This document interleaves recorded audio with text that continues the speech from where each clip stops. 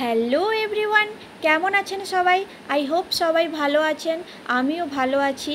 আজ আমি এক ভাইরাল ভিডিও নিয়ে চলে এসেছি। আজকাল এই ভিডিওটা ট্রেন্ডিংয়ে ভীষণ চলছে, সেই জন্য আমিও ভাবলাম আমিও একবার ট্রাই করি। কিন্তু ট্রাই করতে গিয়ে কি হয়েছে আমার সাথে সেটাই আজ আমি শেয়ার করব। এই যে প্রথমে একটা বটল নিয়ে নিয়েছি আর আমি একটা ছুঁচ নিয়ে নিয়েছি, যেটা দিয়ে আমি বটলের উপরিভাগটা ফুটো ফুটো করে নিয়েছি। তো আমি এই হোলগুলো কিন্তু খুব ঘন করেই করতে হবে, তবে আমি এটা নিজের আইডিয়াতেই বানাচ্ছি, জানি না কেমন হবে। তো বারবার বটলটা মুচড়ে যাচ্ছিল, কারণ বটলটা এতই হালকা পাতলা ছিল সেই জন্য। তো যাই হোক, শেষমেশ আমি ফুটো করা আমার শেষ হয়ে গিয়েছে। তারপরে আমি একবার ওর ভেতরে জল ভরে দেখে নিয়েছিলাম জলটা ঠিকঠাক বেরোচ্ছে কিনা। তো মোটামুটি ঠিকই ছিল। তাহলে চলুন এবার আমি চলে যাব ছাদে।